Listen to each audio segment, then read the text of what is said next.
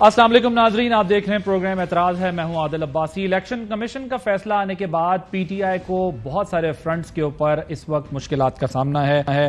اس case کے آنے کے بعد جو اثرات ہیں وہ مختلف نوعیت کے ہیں۔ پہلا اس کا اثر جو ہے وہ ہمیں دکھتا ہے قانونی، سیاسی اور معاشی، یہ تینوں اثرات ظاہر ہے ہمیں دکھائی دیں گے آنے والے دنوں میں، کیونکہ سیاسی میدان میں حکومت کو ایک ونڈو ملی ہے تحریک انصاف کے اوپر جو ہے وہ سیاست کرنے کے لیے، کیونکہ اس سے پہلے تحریک انصاف نے گورنمنٹ کے اوپر بڑا پریشر رکھا ہوا تھا۔ پی ٹی آئی کی جو پوزیشن تھی وہ اوفینسو تھی، اب جو ہے وہ پی ٹی آئی کو گورنمنٹ نے اس فیصلے کے بعد ڈیفینسو کرنے کی کوشش کی ہے۔ اس اسٹریٹجی پر اس وقت حکومت ہے۔ پولیٹیکل مومنٹم جو تحریک انصاف کا تھا اس کو تھوڑا فرق پڑا ہے اب، کیونکہ اگر آپ دیکھیں آج بھی 3 نوٹسز جو ہے وہ سرو ہوئے تحریک انصاف کو الیکشن کمیشن کی طرف سے، اور الیکشن کمیشن کے فیصلے کے بعد سے فنڈنگ کے حوالے سے عوامی سطح پر بھی تحریک انصاف کو وضاحت دینی پڑ رہی ہے۔ عمران خان صاحب نے بھی کل بات کی، جو احتجاج جاری تھا کراچی میں اور اسلام آباد میں، اس سے ویڈیو لنک کے ذریعے، اور اس فیصلے کے جو قانونی اثرات ہیں اب اس سے بچنے کی عملی مرتب کر رہی ہے تحریک انصاف۔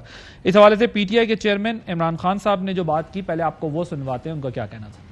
سارے نون لیگ یہ شیطان کے چیلے بڑے خوش ہوئے ہیں کہ جناب وہ موقع مل گیا، راستے سے ہٹانے کا اس کو موقع مل گیا۔ ویسے تو یہ ہٹتا نہیں ہے، جو مرضی کر دو، یہ عوام اس کے ساتھ کھڑی ہو گئی ہے، قوم بیدار ہو گئی ہے، تو چلو اب ٹیکنیکل ناک آؤٹ کرو، کسی طرح کوئی چیز پکڑ لو۔ ان لوگوں کو شرم آنی چاہیے۔ دوسری طرف الیکشن کمیشن کے فیصلے کے بعد وفاقی کابینہ نے جو ہے وہ تحریک انصاف کو تحلیل کرنے کے لیے ریفرنس سپریم کورٹ بھیجا ہے۔ میں انہوں نے کہا کہ بھیجا جائے گا، اور ساتھ ساتھ ایف آئی اے کو تحریک انصاف کی اعلیٰ قیادت کے خلاف منی لانڈرنگ، فنڈز کی خورد برد اور جعلی اکاؤنٹس کی تحقیقات کا حکم دے دیا ہے۔ اب اگر ہم ذرا اس فیصلے کے لاسٹ پیرا پہ نظر دوڑائیں تو اس کے اندر آخری پیرا میں وفاقی حکومت کو تحریک انصاف کے خلاف مزید کارروائی کی سفارش کی گئی تھی، اور وفاقی حکومت نے اسی کا سہارا لیا، گو کہ قانونی طور پر اس سفارش کی کوئی ضرورت نہیں تھی حکومت کو۔ حکومت خود سے بھی اگر چاہتی تو یہ انیشیٹ کر سکتی تھی، حکومت کا کارروائی کا استحقاق تھا، لیکن اس فیصلے کو الیکشن کمیشن کے کھاتے میں حکومت ڈال رہی ہے کہ الیکشن کمیشن چونکہ ہم پر جو ہے وہ ایک فیصلہ ہے، اس کی ان کی فائنڈنگز ہیں، اس کی وجہ سے ہمیں یہ کرنا پڑے گا، لیکن ایسی کوئی بائنڈنگ نہیں ہے، نہ الیکشن کمیشن کی طرف سے حکومت پر اور نہ ہی حکومت پر خود سے، لیکن سہارا لیا جا رہا ہے ان فائنڈنگز کا۔ خواجہ آصف صاحب نے کیا کہا، ذرا وہ سنیے۔ اسی دائرہ کار میں رہیں گے، الیکشن کمیشن کا جو ہے یہ فائنڈنگ جو ہے ہمیں پرووائڈ کرتی ہیں، کسی صورت میں بھی آپ اس کے بیانڈ نہیں جائیں گے۔ یہ آپ کی بات بالکل درست ہے کہ یہ امپریشن دینا یا ان کو انڈر ڈاگ بنانا یا ان کو کیا کہتے ہیں کسی وچ ہنٹنگ کا جو ہے تاثر دینا، یہ قطعی طور پہ غلط ہوگا۔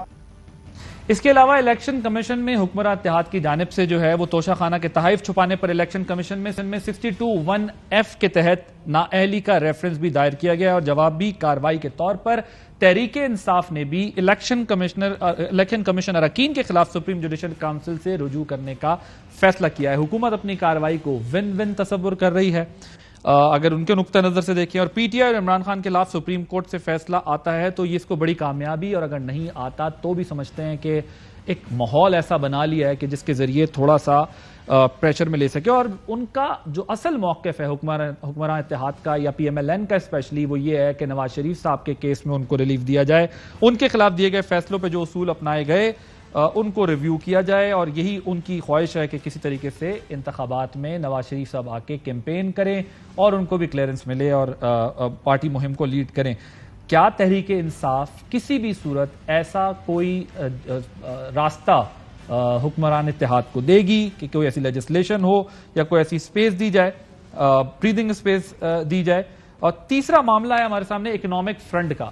اب چونکہ ایک طرف سیاسی جنگ ہے وہ الیکشن کمیشن کے کندھے پر لڑنے کی کوشش کی جا رہی ہے، تو اکنامک کنڈیشن کی اگر بات کریں، جو پریشر تحریک انصاف نے ڈالا تھا حکومت کے اوپر، وہ پریشر بھی ہمیں کچھ سیٹسفائیڈ ہوتا دکھائی دے رہا ہے، کیونکہ ڈالر نیچے آیا ہے، لیکن اس کی بنیادی وجہ ابھی تک حکومت یا کوئی حکومتی اہلکار یا وزراء نہیں سمجھا سکے ہیں۔ جو بظاہر ہمیں صورتحال نظر آئی گزشتہ ہفتے کی ایک بڑی ڈیولپمنٹ تھی. امریکی جو انڈر سیکرٹری ہیں وینڈی شرمن، ان کو آرمی چیف کی طرف سے کال گئی اور ان سے بات کر کے انہوں نے ہمیں یہ پتہ چلتا ہے کہ کوئی اگست کے 20 یا 24-25 اگست تک جو ہے وہ قسط آ جانی ہے. اور اس کے بعد ہمیں دکھا کہ مارکیٹ میں ایک دم کانفیڈنس آیا. آج ایک اور خبر ہمارے سامنے آئی جہاں پر یہ پتہ چلا کہ آرمی چیف نے سعودی عرب اور UAE کے حکام سے بھی رابطہ کیا ہے اور اس تناظر میں ہی بات کی ہے، کیونکہ IMF کی طرف سے بھی ایک کنڈیشن تھی کہ جو دوست ممالک ہیں وہ قسط کے اجرا سے پہلے دوست ممالک پاکستان کو امداد کی یقین دہانی کرائیں. تو اس سارے کانٹیکس کے اندر جو ہے وہ اس وقت پاکستان کے معاشی سیاسی معاملات کھڑے ہوئے ہیں اور ان تمام معاملات پر آنے والے دنوں کی جو صورتحال ہے اس پر ہم بات کریں گے، کیونکہ الیکشن کمیشن عمران خان صاحب نے کہا ہے 9 حلقوں سے الیکشن میں خود لڑوں گا. ان تمام معاملات پر ہم بات کریں گے. ہمارے ساتھ موجود ہوں گے اسد عمر صاحب، سیکرٹری جنرل ہیں پاکستان تحریک انصاف کے. اسد صاحب thank you very much for joining us. میں اس تمام معاملے سے بھی پہلے ایک اور انتہائی اہم معاملہ ہے وہ آپ کے سامنے رکھتا ہوں، اس پر ذرا آپ کا کامنٹ بھی لوں گا، پھر اس کے بعد ذرا اس مسئلے پر آئیں گے. افواج پاکستان کا ایک اور اہم بڑا بیان آیا ہے ISPR کی جانب سے. کہا گیا کہ لزبیلا ہیلی کریش کے بعد سوشل میڈیا کیمپین، منفی سوشل میڈیا مہم کے باعث شہداء اور ان کے لواحقین کی دل آزاری ہوئی. شہداء فیملیز اور افواج پاکستان کے رینک اینڈ فائل میں شدید غم و غصہ جو ہے وہ پایا جاتا ہے. اس مشکل اور تکلیف دہ وقت میں افواج پاکستان کے ساتھ پوری قوم کھڑی تھی، لیکن کچھ بے حس حلقوں کی جانب سے سوشل میڈیا پر تکلیف دہ اور توہین آمیز مہم جوئی کی گئی. یہ بے حس رویے ناقابل قبول اور شدید قابل مذمت ہیں. یہ واقعی ایک افسوسناک واقعہ اس روز جب پیش آیا تو پھر سوشل میڈیا پہ بھی ایک ہمیں کیمپین نظر آئی، نیگیٹو کیمپین نظر آئی. اسد صاحب ذرا پہلے اس پر آپ کامنٹ کریں گے کہ یہ جو کیمپین ہوئی ہے سوشل میڈیا پہ، آپ نے بھی دیکھا ہوگا کہ ایک طرف صورتحال یہ تھی کہ معاملہ پاکستان کی ظاہر سیلاب زدگان کے ریلیف آپریشن، ایک لیفٹیننٹ جنرل کور کمانڈر سے لے کے ان کے ساتھ جو major, brigadier, major general, Pakistan army کی بڑی امپورٹنٹ پوسٹ، وہ وہاں ریلیف آپریشن میں ہیلی کاپٹر کا غائب ہونا اور پھر وہ شہادت کی خبر آنا، کریش ہونا. لیکن یہ سب کچھ جو زہریلا پروپیگنڈا سوشل میڈیا پہ ہوا، اس کی مذمت جتنی بھی کی جائے وہ کم ہے. لیکن اس کا سدباب کیسے ہو سکتا ہے، اس کو کیسے روکا جا سکتا ہے، کیونکہ اس سے تو بڑا انتشار پھیل سکتا ہے ملک میں. دیکھیں، اس کے تو پہلی بات تو ظاہر ہے کہ جیسے آپ کہہ رہے ہیں کہ انتہائی قابل مذمت ہے. آج سے کچھ ہفتہ پہلے ایک ہماری سوشل میڈیا ٹیم نے باقاعدہ ایک انالیسس کر کے ہمیں دیا تھا، جس کے اندر دکھایا تھا کہ کس طریقے سے انڈین نیٹ ورک جو ہے وہ استعمال کر رہا ہے فیک اکاؤنٹس بنا کر، وہ پاکستانی پوسٹ کر کے اور پاکستان کے اندر انتشار پھیلانے کے لیے اور جھوٹا پروپیگنڈا بھی کیا جا رہا ہے. تو یہ واقعی میں سوشل میڈیا ایک بہت بڑی طاقت بھی ہے اور اس کی وجہ سے معاشرے کے اندر بہت ساری بہتری بھی آ سکتی ہے اور آتی ہے.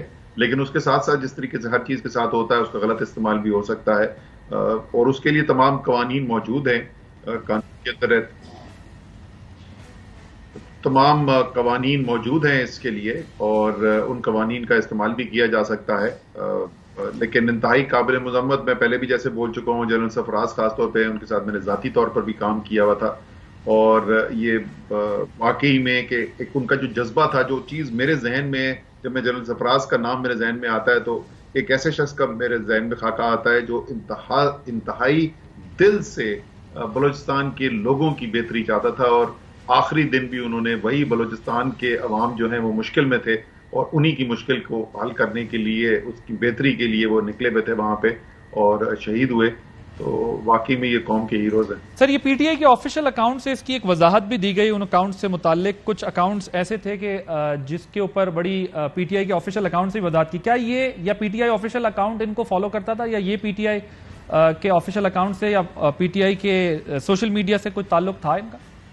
نہیں، ان کا کوئی سوشل میڈیا سے تعلق نہیں تھا. مجھے تو صرف ایک نوجوان کا کوئی کیس پتہ چلا تھا کہ 17-18 سال کا کوئی بچہ تھا جو کوئی فالو کرتا تھا. لیکن میرے اس وقت 86 لاکھ فالوورز ہیں سوشل میڈیا پہ. مجھے تھوڑی پتا کہ کون کون فالو کر رہا ہے. بہت ساری دنیا میں باہر سے لوگ بھی فالو کر رہے ہیں. لیکن ظاہر ہے کہ جو آفیشیل سٹینس ہے PTI کا، اور نہ صرف PTI کا بل ساری پوری قوم کا جو ہے، وہ ہمارے یہ شہداء جو ہیں وہ قوم کے ہیروز ہیں. ہم تو اس بات میں یقین رکھتے ہیں. ٹھیک. اچھا سر، اب آ جاتے ہیں. 2 اہم پیش رفت آج سامنے آئی ہیں. ہم دیکھ رہے ہیں 23 اگست کو عمران خان صاحب کو پیش ہونے کا کہا گیا ہے. فنڈ ضبطی جو ہونی ہے، کنفسکیٹ ہونا ہے جو فنڈ، اس کی سماعت مقرر کر دی گئی ہے. دوسرا معاملہ ہے توشہ خانہ ریفرنس کی سماعت بھی جو ہے 18 اگست کو مقرر کر دی گئی ہے. ان سماعتوں کے خلاف اب کیا آپ اسٹے آرڈر لیں گے، پیش ہوں گے عمران خان صاحب، کیا ہوگا، کیا فیصلہ کیا آپ لوگ؟ دیکھیں یہ جو پورا جو انہوں نے رپورٹ ایشو کی ہے وہ کوئی آرڈر نہیں ہے، کوئی ججمنٹ نہیں ہے، لیکن وہ ایک رپورٹ ہے جو انہوں نے ایشو کی ہے، وہ بھی فرمائشی رپورٹ ہے، اس لیے پہلے رپورٹ جو ہے وہ پوری مکمل ہو کے وہ شیئر بھی کر دی گئی تھی اور سب کے پاس، شاید آپ کے پاس بھی کاپی ہو، ہمارے پاس کاپیاں ہیں، اور پھر اس کے اندر یہ ایک فرمائشی پیراگراف مزید آخر میں ایڈ کروایا گیا جس کے اندر یہ فیڈرل گورنمنٹ کی ڈائریکشن والا حصہ جو ہے وہ لکھا گیا.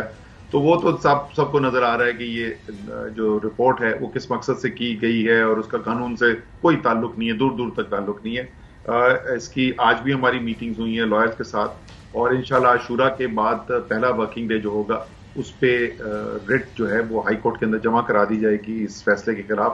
وہ قانون کی بھی اس میں خامیاں واضح نظر آتی ہیں، جس طرح وہ کہتے ہیں کہ آن دا سرفیس آف اٹ آپ کو قانون کی خامیاں نظر آتی ہیں اور حقائق کی بھی خامیاں، وہ تو آپ دیکھ چکے ہیں سوشل میڈیا کے اندر، جن کو فوراً کمپنیز ڈکلیئر کیا ہوا تھا وہ سارے پاکستانی نکل رہے ہیں. سر یہ بتائیے گا کہ عمران خان صاحب پیش ہوں گے؟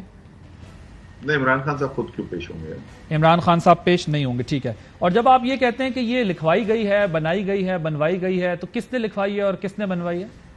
وہ حکومت جو لرزہ خیز ہے، وہ پہلے سے ہی پریشان تھے، عمران خان ان کے قابو میں آ نہیں رہا تھا، پوری قوم کو انہوں نے بیدار کر دیا، قوم کھڑی ہوگی عمران خان کے ساتھ. پہلے جلسے جو ہوئے، موبلائزیشن ہوئی، وہ پاکستان میں کسی نے دیکھی نہیں تاریخ میں. ورکنگ ڈیز کے اوپر رمضان کے اندر جس طریقے سے پاکستان کی قوم نکلی، اور اس کے بعد وہ آخر میں جو آخری کیل تھی نا تابوت کے اندر، وہ تھا 17 جولائی کا الیکشن پنجاب کا.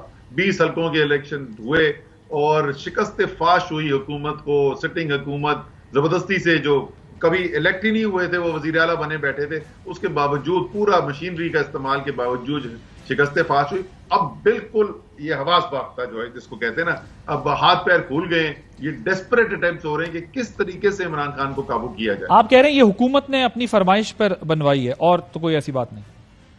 دیکھیں میں تو بار بار بول چکا ہوں اس بات کو، بار بار میں دہراتا ہوں، الیکشن کمیشن اب ایک غیر جانبدار ریاستی ادارہ نہیں رہا ہے. الیکشن کمیشن اس وقت ایک سیاسی حریف ہے. وہ باقاعدہ طور پہ آپ اس کو کہہ لیں کہ پی ڈی ایم کے حلیف ہیں یا پی ڈی ایم کا ذیلی ادارہ ہے.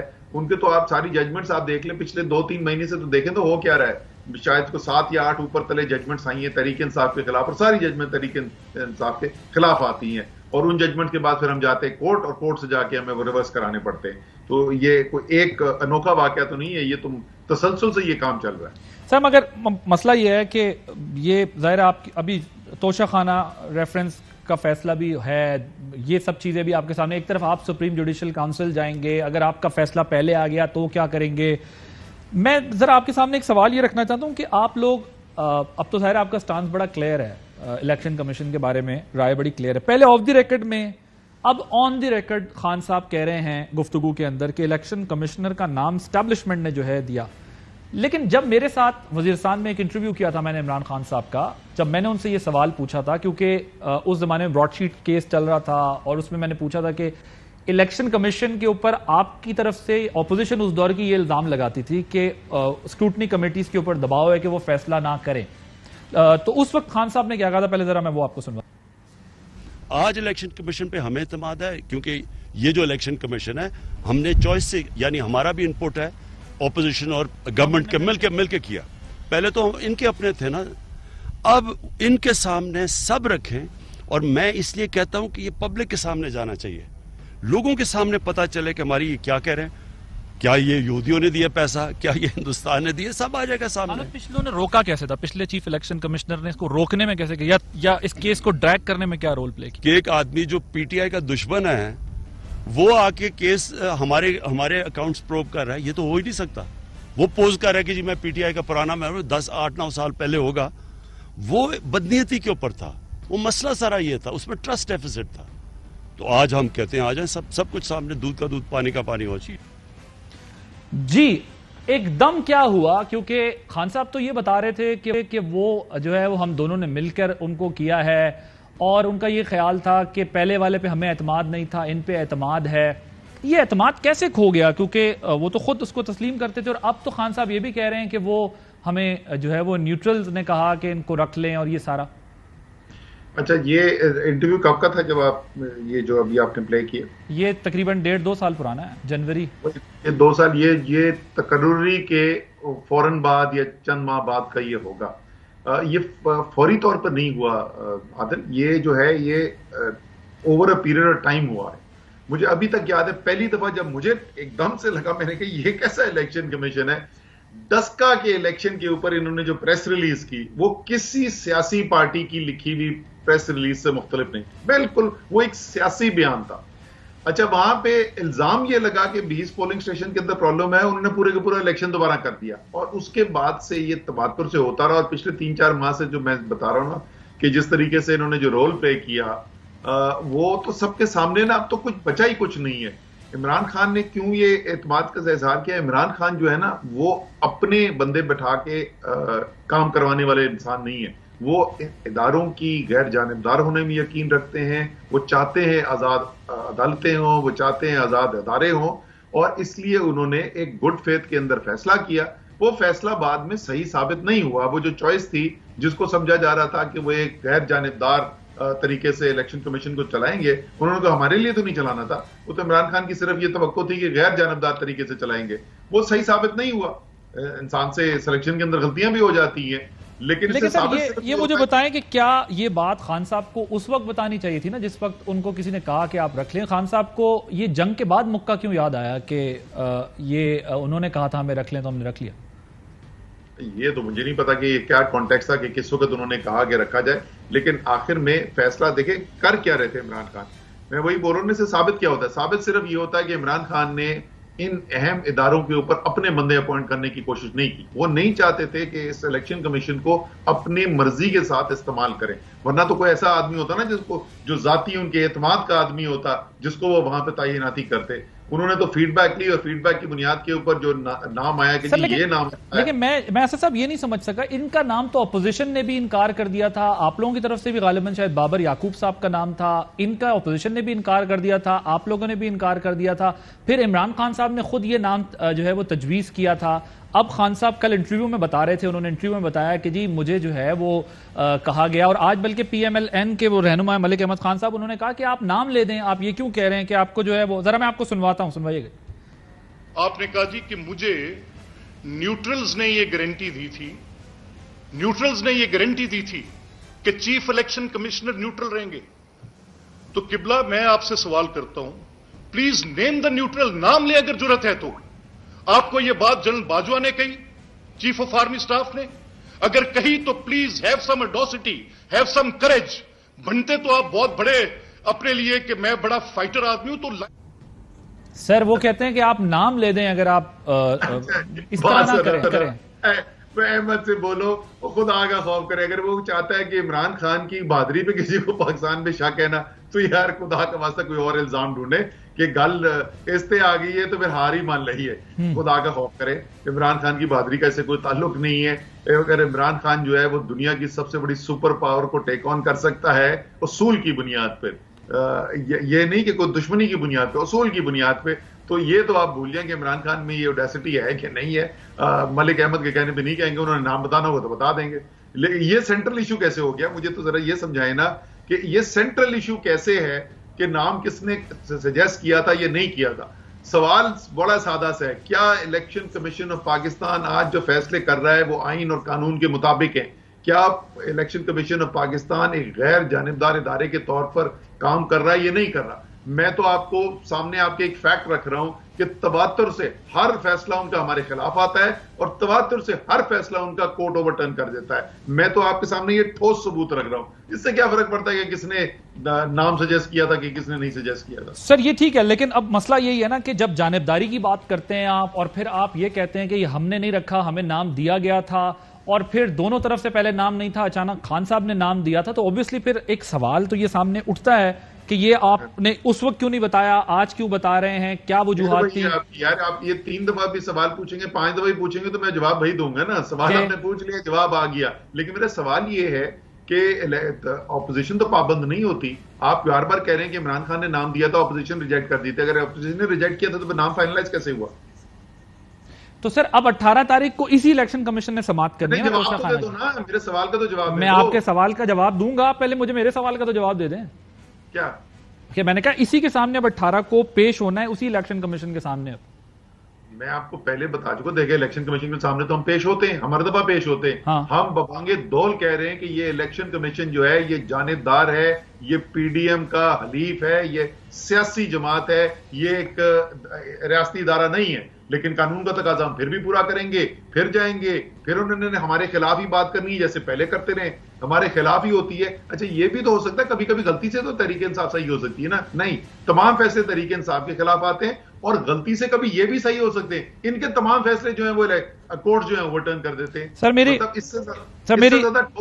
اب میں واپس آ رہا ہوں آپ سے سوال پوچھنے کے لیے, اگر اپوزیشن نے مسترد کر دیا تھا ان کا نام تو یہ بنے کیسے چیف الیکشن کمشنر؟ سر وہ جب آپ لوگوں کی طرف سے یہ نام آیا نا, پہلے نام آپ کے بھی کچھ اور تھے, ان کے بھی کچھ اور تھے, پھر یہ نام خان صاحب کی طرف سے آیا اور اس کے بعد اپوزیشن نے بھی اس پہ اتفاق کر لیا. اور میری اطلاعات یہ ہیں کہ پارٹی کے اندر پی ایم ایل این میں بھی اختلافات تھے, لیکن شاید نواز شریف صاحب نے اس پر آمادگی ظاہر کی کہ ان کو بنا دینا چاہیے, کیونکہ نام آپ کی طرف سے آیا اور آمادگی کا اظہار انہوں نے کیا. تاثر ایسے آ رہا تھا کہ عمران خان نے اپنی پرسنل ثوابدید کے اوپر ان کو جا کے چیف الیکشن کمشنر لگوا دیا تھا. اپوزیشن کی مرضی سے ہوا تھا, اس کی مرضی کے بغیر ہو سکتا نہیں. اور آپ نے تو یہ مجھے نہیں انفارمیشن دی, میں اپنی انفارمیشن کی بیس خود ذاتی طور پہ, میں اسد عمر صاحب اپنی ذاتی انفارمیشن کی بیس پہ یہ بات کہہ رہا ہوں کہ پارٹی میں وہاں بھی اختلاف تھا, وہاں پر غالباً رانا ثناء اللہ صاحب نے بھی اختلاف کیا, شہباز شریف صاحب نے کیا, لیکن نام تو آپ لوگوں کی طرف سے آیا تھا. او بھائی پارٹی میں تو ہمارے بھی اختلاف تھا, تو پھر ہمارے بھی سارے لوگ متفق نہیں تھے کہ یہ بہترین نام ہے. اس سے کیا ثابت ہوتا ہے؟ نہیں, سوال یہ کہ جب آپ لوگوں نے مل کر سب نے بنا دیا تھا تو اب آپ لوگوں کو جو ہے وہ فیس کرنا پڑے گا.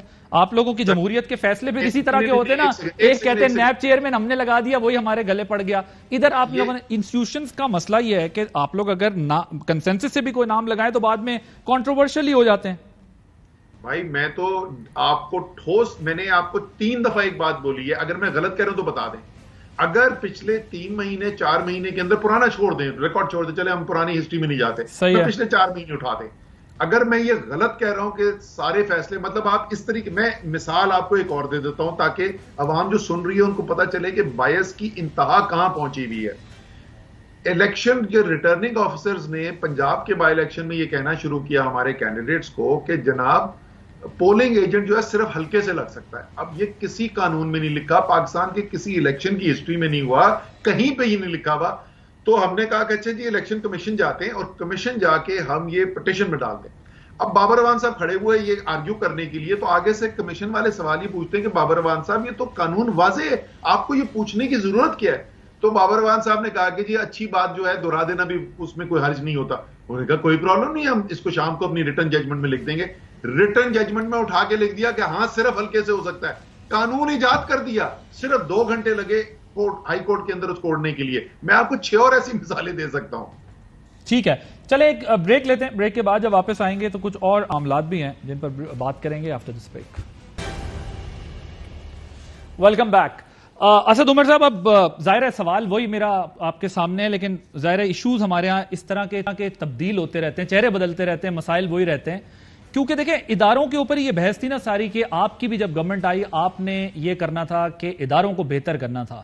پھر جب آپ فیصلے کیے, آپ لوگوں نے اداروں پہ آپ فرم سٹانس لیا, کھڑے ہوئے کہ جی ٹھیک ہے یہ ہم نے فیصلہ کیا یہ ٹھیک ہے. لیکن جب فیصلے خلاف آنا شروع ہوتے ہیں, اب ایک طرف ظاہر عدالتی کارروائیاں ہیں وہ آپ فیس کریں گے, کر رہے ہیں, لیکن دوسری طرف یہ کہنا کہ 1 مہینے کا نوٹس دے دیا ہے, ڈیڈ لائن کہ حکومت کو 1 مہینے کا ٹائم دیتے ہیں, ساتھ ہی الیکشن کمیشن کو آپ نے بالکل ہی جو ہے وہ کہا کہ یہ بائسڈ ہے, ہم اس کے کسی فیصلے کو جو ہے وہ نہیں مانتے ہیں, یہ پوزیشن آپ لے کر کھڑے ہو گئے. ماضی میں پی ایم ایل این کا بھی یہی تھا کہ جو فیصلے ان کے خلاف آتے تھے وہ ان کا بھی یہی سٹانس ہوتا تھا اور اداروں کو جو ہے وہ کرٹیسزم فیس کرنا پڑتا تھا. تو کیا مجموعی طور پر ہمارے سیاستدان فیل نہیں ہو گئے اداروں کو کھڑا کرنے میں, جس کی وجہ سے ان کو خود ریلیف نہیں مل پاتا؟ اور اب آپ 1 مہینے بعد جو ڈیڈ لائن کی بات کر رہے ہیں وہ کیا ہے, مطلب اس کے بعد آپ 1 مہینے بعد کیا دوبارہ سڑکوں پر ہوں گے؟ اچھا وہ تو جب فیصلہ ہوگا تو اس کے بعد وہ چیئرمین صاحب خود ذاتی طور پہ اس کی اناؤنسمنٹ بھی کر دیں گے. لیکن آپ کا سوال جو ہے وہ میری تو فرینکلی سمجھ سے باہر ہے. آپ یہ کہہ رہے ہیں کہ اگر کوئی ادارے میں بیٹھا ہوا شخص غلط فیصلے کر رہا ہے یا ادارے سے مستقل غلط فیصلے آ رہے ہیں تو اس لیے خاموش ہو جانا چاہیے کیونکہ اس سے ادارے کمزور ہو جاتے ہیں. مطلب میری تو کوشچن ہی نہیں سمجھ میں آیا. ہم آپ کے سامنے بتا رہے ہیں. میں بھی سر عرض کرتا ہوں دوبارہ جواب دیں. میری بات مکمل کریں. میں آپ کا سوال سن لیا تھا. ہم اسٹیٹ بینک آف پاکستان کو تو نہیں کہہ رہے, ہم سیکورٹی اینڈ ایکسچینج کمیشن کو نہیں کہہ رہے, ہم بہت سارے ادارے ہیں جس کو ہم کچھ نہیں کہہ رہے بھائی. ہم نے سپریم کورٹ کے فیصلے کے اوپر تنقید کی, ہم نے سپریم کورٹ پہ تنقید نہیں کی. ہم نے سپریم کورٹ کو نہیں کہا کہ سپریم کورٹ جو ہے وہ بائیسڈ ہو گیا اور وہ سب جو شریف خاندان کے ججز ہیں یا کچھ ایسا نہیں کہا. ہم نے کون سا اور ادارہ ہے جس کے اندر ہم نے یہ کہا ہو کہ یہ پورا ادارہ جو ہے بائیس ہو گیا ہے. لیکن ایک کیس کے اندر پورے ملک کے اندر ایک ادارہ ایسا ہے, اور میں آپ کو تیسری یا چوتھی دفعہ بول رہا ہوں, اور میں نے آپ سے کہا تھا اگر میں غلط کہہ رہا ہوں تو میری تردید کریں. کیا تمام فیصلے الیکشن کمیشن کے تحریک انصاف کے خلاف نہیں آ رہے؟ اور کیا وہ تمام کے تمام فیصلے, ایک بھی فیصلہ ایسا نہیں ہے جو اس کے بعد کورٹ اوور ٹرن نہ کر دے اور وہ کہہ کہ غلط قانون کے مطابق غلط فیصلہ تھا؟ تو میں تو آپ کو ٹھوس شواہد کی بنیاد پر کہتا ہوں. اب میں ذرا وضاحت کر دوں. ایک تو اگر میں سوال آپ کو ذرا سمجھا دیتا ہوں دوبارہ سر, کیوں اگر آپ کو سوال نہیں سمجھ آیا, میں نے کہا سوال میں سمجھا دیتا ہوں. سوال بہت سادہ ہے, وہ آپ سے پہلے کے جو سیاستدان تھے ان کو بھی کبھی سمجھ نہیں آیا. مسئلہ یہ ہے کہ آپ کا جو کتھارسس ہے یا جو آپ کی ریزرویشنز ہیں وہ آپ کورٹ جا کر کراتے ہیں, اس سے تو کسی کا انکار نہیں. سوال یہ ہے کہ آپ بھی اپنے دور حکومت میں ایسی سلیکشن نہیں کر سکے اداروں کے سربراہان کی جس سے آپ کو بھی ریلیف مل سکے, باقیوں کو بھی ریلیف مل سکے. میرا سوال سمپل ہے کہ ہمارے سیاستدان اداروں کو پھر بہتر کیوں نہیں بنا پائے؟ اگر سلیکشن آپ خود کریں اور اس کے بعد بھی آپ کو شکایات ہو تو اس غلطی کو تو تسلیم کریں کہ آپ جو ہے وہ اداروں کو بہتر نہیں کر سکے, چاہے وہ ہوں یا آپ ہوں. پاکستان میں کتنے ادارے ہیں؟ بہت سارے ادارے ہیں سر, بہت سارے ادارے ہیں. ہاں, میں نے آپ سے پوچھا سوال کہ مجھے دوسرے ادارے کا نام بتائیں جس میں پورے کے پورے ادارے کو ہم اٹیک کرے ہوں. بتائیں ذرا نام مجھے ایک اور کا. سر میں بتاتا ہوں آپ کو, آپ پولیس ریفارمز نہیں کر سکے, آپ پولیس کو بھی پنجاب میں اٹیک کرتے ہیں. سر ٹھہر جائیں نا سر میں جواب دے رہا ہوں, مجھے جواب تو دینے دیں. آپ پولیس کو بھی کرتے رہے. سوال پوچھا ہے ہم کس ادارے کو اٹیک کر رہے ہیں. آپ, میں نے یہ نہیں پوچھا ہم کس کو ریفارم نہیں کر سکے, میں پوچھ رہا ہوں ہم کس ادارے کو اٹیک کر رہے ہیں. سر آپ پولیس کو بھی کر رہے ہیں, ایک ادارہ پورا, آپ لا انفورسمنٹ ایجنسیز کو بھی کر رہے ہیں. سر نہیں کر رہے. سر پنجاب میں آپ نے کہا پولیس گردی ہوئی ہے.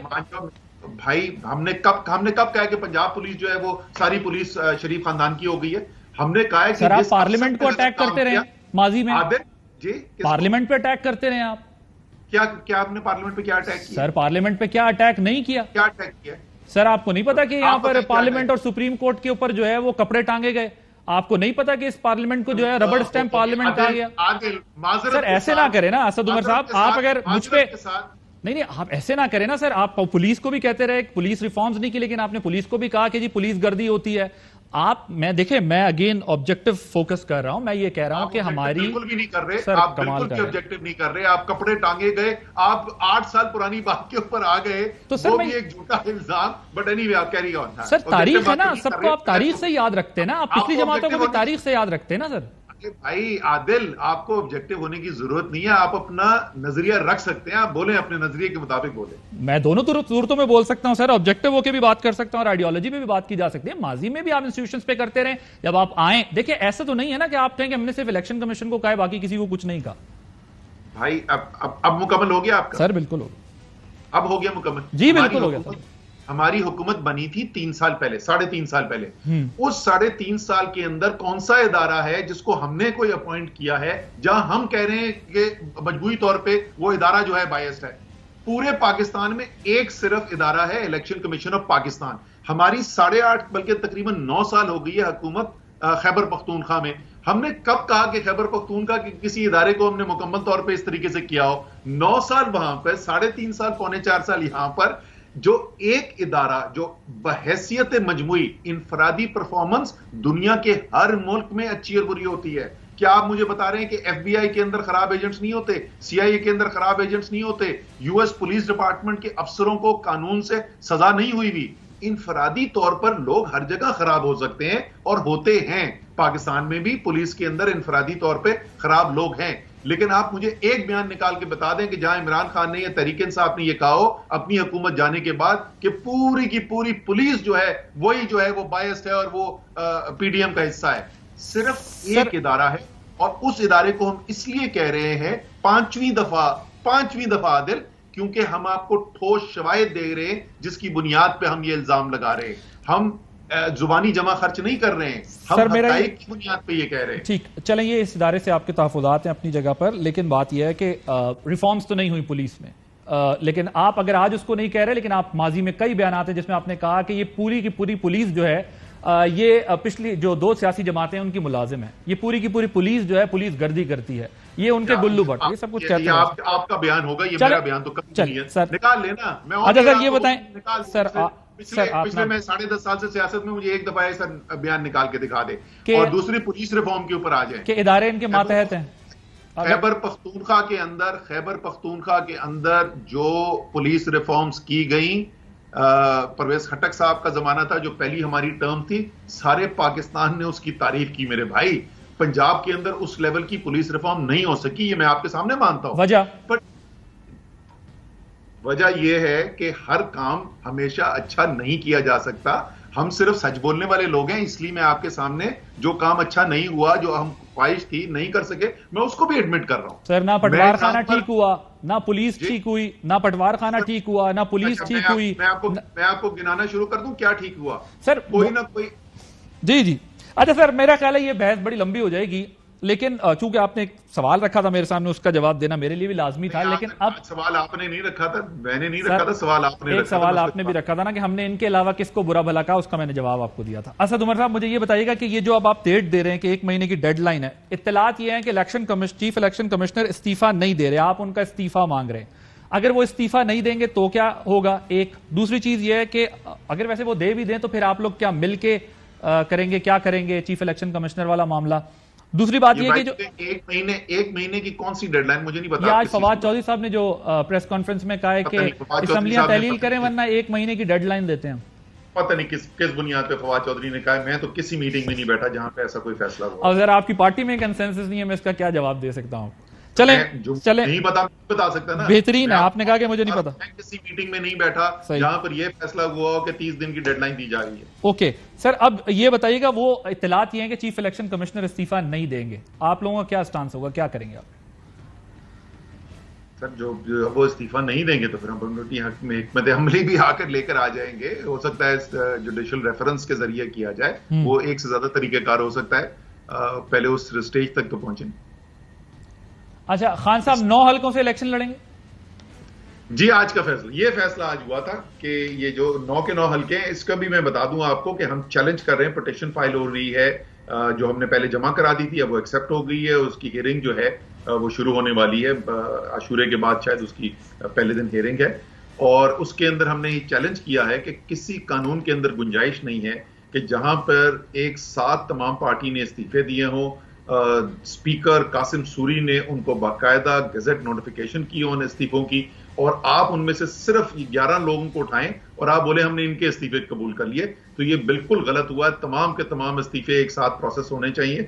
تو ہم وہ کورٹ میں چیلنج کر رہے ہیں، لیکن ساتھ ساتھ یہ بھی فیصلہ کیا گیا ہے کہ اگر اس وقت تک ریلیف نہیں ملا گا، اگر الیکشن ہوگا تو خان صاحب خود الیکشن لڑیں گے. اچھا سر مجھے یہ بتائیں، لیکن یہ اسٹریٹجی کیا ہوگی اگر 9 حلقوں سے پھر استعفے دیے کیوں گئے تھے؟ اگر آپ قومی اسمبلی کے الیکشن دوبارہ لڑ رہے ہیں ان حلقوں سے، پھر تو یہ ایک سائیکل چلتا رہے گا، پھر وہ چھوڑیں گے، پھر نشستوں پر الیکشن ہوں گے. اس اسٹریٹجی کا کیا مقصد ہے؟ وہ ہم پہ چھوڑ دینا کہ کیا مقصد ہے. اس وقت جو ریزگنیشن کی گئی تھی، وہ ریزگنیشن جو ہے وہ بڑی سادہ سی ریزگنیشن تھی. اس اسمبلی کے اندر ایک تبدیلی لائی جا رہی تھی اور اس سے ایک شخص کو وزیر اعظم منتخب کروایا جا رہا تھا، جس کی اس دن ان کی ہیئرنگ ہونی تھی. ان کے فرد جرم ان کے اوپر عائد ہونی تھی، جو کیس ان کے اوپر چل رہے تھے. ایک بیرونی مداخلت جو ایک دفعہ نہیں 2 دفعہ قومی سلامتی کمیٹی جو ہے کہہ چکی ہے کہ واضح بیرونی مداخلت ہوئی. اس کے نتیجے میں، اس بیرونی مداخلت کے نتیجے میں آئی ہوئی تبدیلی کے خلاف احتجاج میں اس سے ہم نے ریزائن کیا تھا.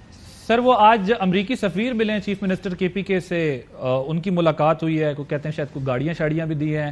جو ملاقات کل ہوئی ہے اس کے اندر وہ مطلب ان سے تو کوئی احتجاج نہیں کیا گیا؟ سر مجھے گاڑیوں واڑیوں کو تو نہیں پتا، لیکن یہ میں دوسرے پروگرام میں بھی بتا چکا ہوں کہ ہم نے کبھی بھی یہ مطالبہ نہیں کیا کہ امریکہ سے سفارتی تعلقات توڑ دو. ہمارے حکومت کے لیول کے اوپر، ریاستی لیول کے اوپر بھارت کے ساتھ بھی میٹنگز ہوتی ہیں. آرمی کے ڈی جی ایم او کی، ڈائریکٹر جنرل ملٹری آپریشنز کا براہ راست رابطہ Indian D G M O کے ساتھ ہوتا ہے، کیونکہ ہم بھارت کو ریکگنائز کرتے ہیں کہ یہ ایک ملک ہے. تو اگر سفارتی تعلقات توڑ دیں امریکہ سے تو پھر چیف منسٹر نہیں ملیں گے. جب تک سفارتی تعلقات ہیں تو ریاست ٹو ریاست کے جو ریلیشن شپ ہے وہ تو ظاہر چلتا رہے گا. سر لیکن جس لیول پر تحریک انصاف جلسوں میں امریکہ کو ٹیک آن کر رہی ہے، سفارتی تعلقات برقرار اس طرح رہ سکتے ہیں؟ بالکل رہ سکتے، 100% رہ سکتے. یہ جو ہے نا، یہ غلامی کی عادت آپ کو ڈال دی گئی ہے پچھلے 75 سال سے، اور آپ کو یہ بتا دیا گیا ہے کہ امریکہ کے یا غلام بن کے رہو گے یا امریکہ جو ہے آپ کے اوپر چڑھ جائے گا اور آپ کو تہس نہس کر دے گا. اس دنیا کے اندر بہت سارے ملک ہیں جو امریکہ کی غلامی نہیں کرتے اور اس کے باوجود جو ہے امریکہ کے ساتھ سفارتی تعلقات بھی ہیں اور کئی کیسز کے اندر بڑی اچھی ریلیشن شپ بھی ہے. یہ وہی والا ایشو ہے نا، رشیا والا، سب سے زیادہ تو اسی کی وجہ سے شور مچا ہوا ہے نا. اور جو اسمبلی کے اندر ووٹ ہوا، اقوام متحدہ کے اندر ووٹ ہوا، بھارت نے کیا ووٹ ڈالا تھا؟ وہی ووٹ ڈالا تھا جو پاکستان نے ووٹ ڈالا تھا. جو بھارت نے ووٹ ڈالا وہی پاکستان نے ووٹ ڈالا تھا. بھارت کے کیوں سفارتی تعلقات نہیں ٹوٹ گئے؟ ان کو کیوں ستیہ ناسی تہس نہس نہیں کر دیا گیا؟ یہ غلامی کی عادتیں ہماری ایلیٹ نے ڈالی ہیں، ہماری اشرافیہ نے، ہمارے ان طاقتور طبقوں نے جو امریکہ کے ساتھ مل کر خود امیر در امیر ہوتے گئے اور قوم جو ہے وہ مشکلات کے اندر پھنستا گیا ہے. یہ کوئی نیچرل کانسیکوینس نہیں ہے کہ امریکہ کو آپ نے ایک بات میں نہ کیا تو امریکہ آپ کو تباہ برباد کر دے گا. تھینک یو سو مچ اسد عمر صاحب، سیکرٹری جنرل پاکستان تحریک انصاف. ایک بریک لیں گے، بعد جب واپس آئیں گے تو مسئلہ کشمیر پر بات کریں گے ایک بریک کے بعد. Welcome back. بھارت کی طرف سے مقبوضہ جموں و کشمیر کے اندر جو ایک اسپیشل سٹیٹس تھا اس کو ختم کیے آج 3 سال بیت گئے ہیں. 5 اگست 2019 کو یہ اقدام کیا گیا بھارت کی جانب سے. وہاں پر جو ظلم کی داستان رقم کی جا رہی ہے، جو جبر کیا جا رہا ہے، اس کے خلاف کشمیری اور پاکستان میں اور پوری دنیا میں آج جو دن منا رہے ہیں وہ یوم استحصال کشمیر جو بھارت کی جانب سے جاری ہے وہ منا رہے ہیں. تو جموں کشمیر کے اندر کیا کچھ ہو رہا ہے، یہ تقسیم ہند ایک غیر مکمل ایجنڈے کا حصہ ہے. جموں و کشمیر تقسیم ہند کے غیر مکمل ایجنڈے کا حصہ ہے جس پر پاکستان اور بھارت میں 3 بڑی جنگیں ہو چکی ہیں. کشمیر کے مستقبل کا فیصلہ کرنے کے لیے اقوام متحدہ کی سلامتی کونسل کی کم از کم 7 قراردادیں موجود ہیں، جن میں سے 2 قراردادیں، ایک 1948 اور دوسری 1952 میں پاس کی گئی، جن میں کشمیریوں کے جمہوری حق کو تسلیم کیا گیا کہ وہ پاکستان یا بھارت میں جس ملک کے ساتھ شامل ہونا چاہیں ایک آزادانہ ریفرنڈم کے ذریعے فیصلہ کر سکتے ہیں. بھارت نے کشمیر کی متنازع حیثیت کو مانتے ہوئے اپنے آئین میں کشمیر کے حوالے سے 2 خصوصی شقیں شامل کی. آرٹیکل 370 جو مقبوضہ ریاست کو انڈین یونین کے اندر نیم خود مختار خصوصی حیثیت دیتا تھا، جبکہ آرٹیکل 35A کے تحت ریاست کے باشندوں کی بطور مستقل باشندہ پہچان ہوتی تھی اور انہیں بطور مستقل شہری جداگانہ حقوق ملتے تھے. 5 اگست 2019 کو ان اسپیشل آرٹیکلز میں ترمیم کر کے مودی سرکار نے جو ایک مستقل حیثیت تھی کشمیر میں، ان آرٹیکلز کے تحت جموں و کشمیر کی خصوصی حیثیت، اس کو تبدیل کر کے کشمیر پر بھارت کے غاصبانہ قبضے، غیر قانونی قبضے کو مستقل حیثیت دینے کی کوشش کا آغاز کیا اور یوں ظلم کے ایک نئے باب کا آغاز ہوا. اس تاریخی ظلم کے خلاف احتجاج سے روکنے کے لیے کشمیریوں کے سماجی اور معاشی محاصرہ شروع کیا گیا. کریک ڈاؤن، سوشل میڈیا پر پابندی اور کشمیر کی زرعی اور سیاحتی معیشت کو تباہ کیا گیا. اس مقصد کے لیے 9 لاکھ بھارتی افواج کو گویا نہتے کشمیریوں کو کچلنے کا لائسنس دے دیا گیا. اگرچہ بھارت کشمیریوں کے جذبہ حریت کو دبانے میں کامیاب نہیں ہوا، لیکن گزشتہ 3 سالوں میں اب تک 650 سے زائد کشمیری شہید ہو چکے ہیں، جن میں بچے، عورتیں اور بوڑھوں کی تعداد بھی شامل ہے. ہزاروں زخمی ہیں، سینکڑوں عورتوں کی عصمت دری ہو چکی ہے، پیلٹ گن سے ہزاروں کشمیری بینائی کھو چکے ہیں. انسانی حقوق کی ان سنگین خلاف ورزیوں پر اقوام متحدہ کی انسانی حقوق کونسل سمیت درجنوں بین الاقوامی رپورٹس موجود ہیں، لیکن عالمی ضمیر ابھی تک سو رہا ہے کیونکہ بھارت کی معاشی قوت اور اسٹریٹجک اہمیت فیصلہ کن طاقتوں کو خاموشی اختیار کرنے پر مجبور کیے ہوئے ہے. بھارت کی جانب سے 3 سال پہلے کیے گئے ان اقدامات کا مقصد بہت واضح ہے. بھارت غرور، تکبر اور طاقت کے نشے میں جو ہے وہ تمام بین الاقوامی قوانین کو پس پشت ڈال کر اپنی منمانی کرنا چاہتا ہے اور جو ظلم و جبر کا بازار بھارت نے مقبوضہ کشمیر میں گرم کیا ہے اسے جاری رکھنا چاہتا ہے. اس مقصد کے حصول کے لیے 2020 میں بھارت نے ڈی لمیٹیشن کمیشن قائم کیا اور ڈومیسائل قانون کا بھی نفاذ کیا. ہزاروں غیر کشمیری بھارتیوں کو کشمیر کا ڈومیسائل دیا گیا تاکہ آبادی کے تناسب کو تبدیل کیا جائے. حد بندی کمیشن نے 2022 میں اپنی رپورٹ پیش کی اور کشمیر کے حلقوں کی ہندو آبادی کو مد نظر رکھتے ہوئے 90 حلقوں کے نقشے ہی تبدیل کر دیے۔ دوسری طرف مظلوم کشمیری اپنی قربانیوں سے بھارت کے ان جابرانہ ہتھ کنڈوں کا مقابلہ کر رہے ہیں۔ کشمیر کا ہر گھر شہیدوں کے خون سے روشن ہو رہا ہے، حوصلے بلند ہیں اور ایک ہی نعرہ ہے، کشمیر بنے گا پاکستان۔ اب اہم سوال یہ ہے کہ پاکستان اس تمام معاملے کے اندر کیا کر سکتا ہے؟ اس کا جواب یہ ہے کہ پاکستان اس تمام معاملے کے اندر ظاہر ہے جو اپنی بین الاقوامی سطح پر اقوام متحدہ کی قراردادوں سے لے کر آج تک مختلف فورمز کے اوپر آواز اٹھاتا رہا ہے۔ پاکستان نے اس کی ایک قیمت بھی ادا کی ہے۔ پاکستان جو ہے کشمیر کو اپنی شہرک سمجھتا ہے، جس طرح قائد اعظم محمد علی جناح رحمۃ اللہ علیہ نے بتایا تھا۔ پاکستان اور بھارت کی تقسیم کا یہ ایک نامکمل تقسیم ہند کا نامکمل حصہ ہے، جس کو مکمل اسی صورت ہونا ہے جب کشمیریوں کو ان کا حق خود ارادیت ملے اور ان کا ایک ہی نعرہ ہے کہ وہ یہ کہتے ہیں کہ کشمیر بنے گا پاکستان۔ لیکن سوال یہ ہے کہ ہم پاکستانی اس وقت کیا کر سکتے ہیں؟ ہمارے سامنے جو سوال ہے اس کا جواب یہ ہے کہ جب تک پاکستان خود سے مضبوط، توانا، معاشی طور پر مستحکم، اندرونی خلفشار یا انتشار یا اختلافات کا جو اس وقت شکار ہے سیاسی محاذ کے اوپر، اس سے جب تک چھٹکارا حاصل نہیں کرتا اس وقت تک کشمیر کاز کو بھی ہم مکمل طور پر سپورٹ نہیں کر سکیں گے۔ ایک ایسا پاکستان جو عالمی برادری میں اثر رکھتا ہو، معاشی طور پر مضبوط ہو، مستحکم ہو، جو کہ اپنا واضح طور پر کردار ادا کر سکے، اس کے لیے پاکستان کی سیاسی قیادت کو اپنا واضح طور پر کردار ادا کرنا ہوگا، اپنے گروہی، سیاسی اور جو چھوٹے مفادات ہیں اسے پس پشت ڈال کر کشمیر مفاد کو جو ہے وہ مد نظر رکھنا ہوگا اور اسی کو معتبر جاننا ہوگا اور اپنے اہداف کا تعین کرنا ہوگا، پھر ان اہداف کو حاصل کرنے کے لیے تسلسل کو برقرار رکھنا ہوگا۔ عادل عباسی کو اجازت دیجیے، اللہ حافظ۔ اہم ترین خبریں اب ایک کلک کی دوری پر، آپ کے پسندیدہ ٹاک شوز ہوں یا اہم ملکی یا غیر ملکی شخصیات کی نیوز کانفرنسز، ہر لمحہ باخبر رہنے کے لیے سبسکرائب کریں ہمارا YouTube چینل۔ موسم کی صورتحال ہو یا کھیل کے میدان سے خبریں، اپنے موبائل فون سے ملکی اور بین الاقوامی اہم خبروں تک رسائی کے لیے ڈاؤن لوڈ کیجیے موبائل ایپ۔ باوثوق ذرائع سے مصدقہ خبروں، تجزیوں اور تبصروں سے مستفید ہونے کے لیے وزٹ کیجیے پاکستان کی سب سے بڑی نیوز ویب سائٹ www.arYnews.tv۔ ان سب کے علاوہ پاکستان کا سب سے بڑا فیس بک پیج ہو، سب سے بڑا نیوز انسٹاگرام اکاؤنٹ یا پھر ٹویٹر، ARY نیوز پہنچا رہا ہے خبریں سب سے پہلے آپ تک، تاکہ آپ رہیں ہر لمحہ باخبر۔